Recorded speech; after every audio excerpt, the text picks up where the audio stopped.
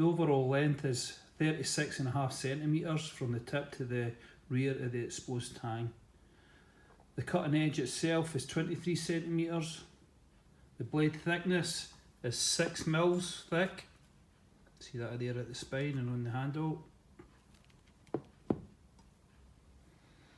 From the spine here to the cutting edge here is approximately 7 centimetres. The weight of the blade just itself is 736 grams. The weight with the blade and the sheath together is 926 grams. And you can see this cracking sheath he's done here.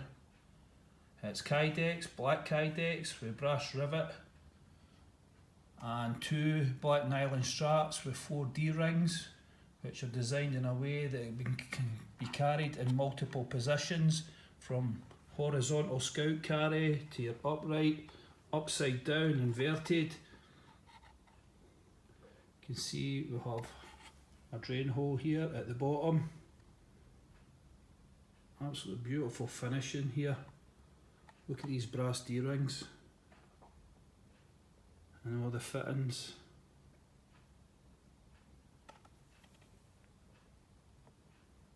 What a finish.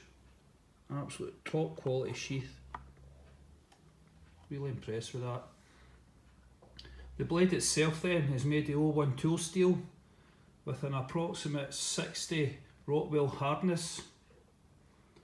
And you can see it has a blacky grey oxide coated surface here through the heat treatment.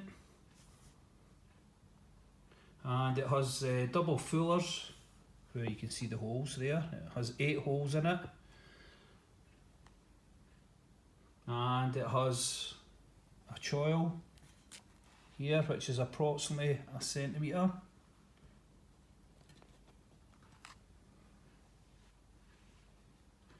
And at the rear we can see it has double brass lanyard holes with 2 brass 5mm pins and 1 large brass 8mm pin to secure the slabs of the handle, which are G10, and it's a mixture of orange and black G10. Look how thick the liners are.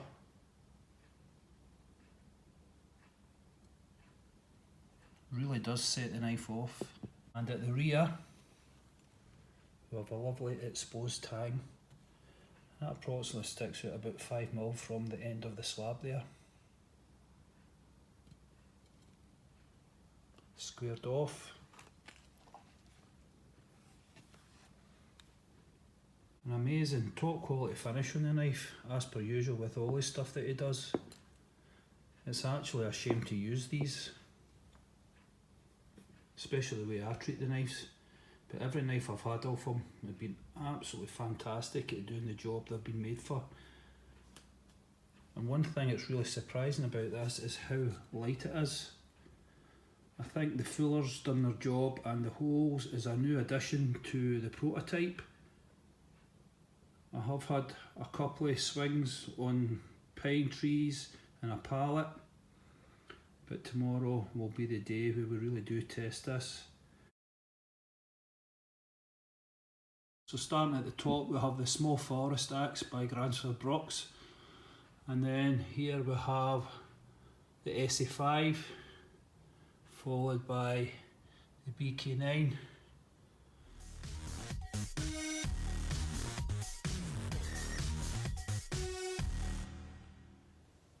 And just to show you how sharp his cleaver is, as per usual, they're absolutely laser sharp. You're just looking at this.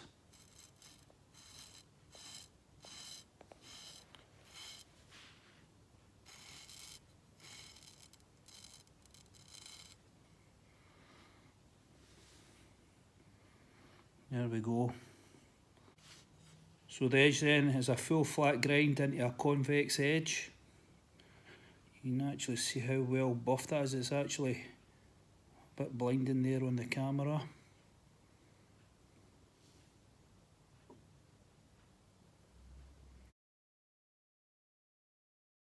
Here's two of the changes from the prototype that he first done when Stu from Outdoor Basics done a quick video on it. If you go into their channel, a great channel that they have doing the bushcraft stuff, they done a review on the original prototype of this, and they asked for the handle slabs to be changed and get the rocky pattern grip put into it, and also an extended tang. Hope you can make that out. So lovely pattern there, lovely texture. What a grip this gives you. Absolutely amazing. Just turn that round so you can see.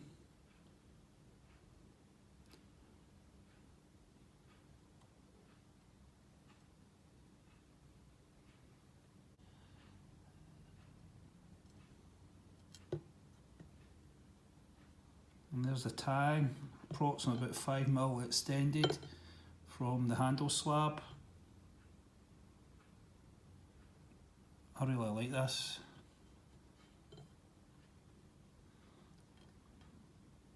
Beautiful pattern there in the handle.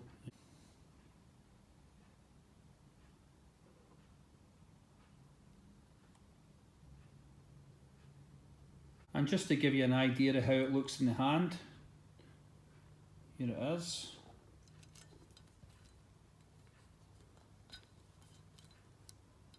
And the swell fits right into the centre of the palm.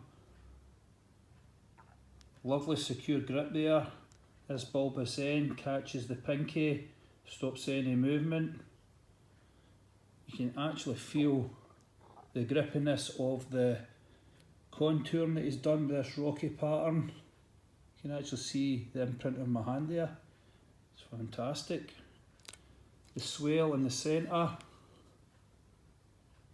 really does fill the centre of your hand and makes this feel secure. And you can see the contouring there to the front through the thumb placement for maybe like your lever type grips. And pinching.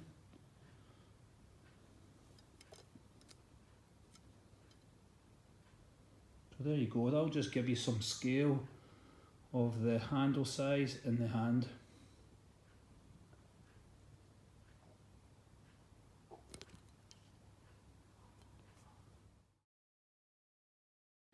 And here we can see how the cleaver got its name, the dreadnought design, like the front of the ship, the battleship. Look at this, what a swedge. I've already tried this out for splitting wood. It does amazingly well. Hope you can get this in the camera here and catch this and make it out.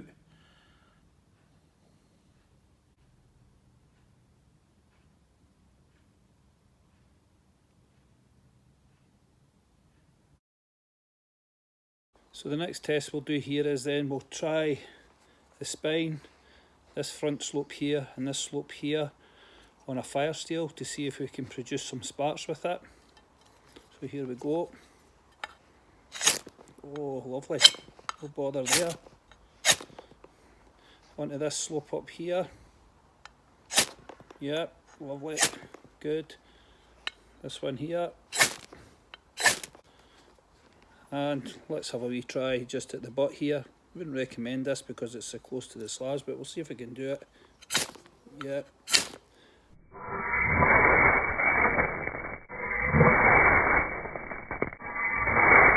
That's definitely a pass for me in every area we tried there. First class. Happy with that one. Let's move on to the next test then. Yeah, convex edge. And in the field, how I will sharpen this is just using my belt like I normally do with my other knives. I know this looks large and cumbersome, but it actually is very light in the hand. So let's see how we get on. We try to sharpen up the edge. It is relatively sharp now, but I'll just put a fine wee edge on this just to finish it off. So here's my belt. Just pull it like that, place it, let the weight lie on it. The weight's enough. Just get a couple of strokes like that.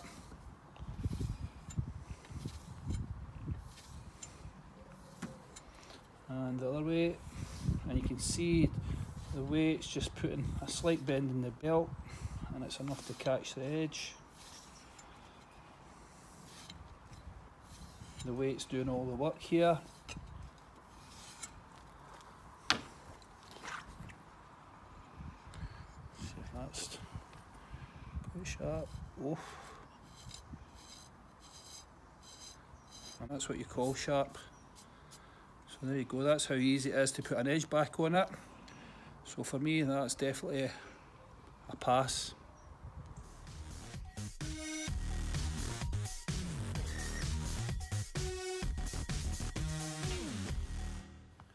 One of the other things I like about the sheath that he's done, it's modular, as in the different ways we can actually carry it. And you can see here, this is on the Scout carry, horizontal, through these loops here that he's created. And you just slide your belt, you could imagine that, just go through it and right round your waist. So it could be carried like this. And just as simple as pulling it out like that. Another method we can use the carrying then is just clipping the D-rings to, say, the chest rig, like so, in there. This in. And you would get D-rings, obviously all of the same size. Just give us a second to get this in. There we go. There. And then clip the bottom ones also.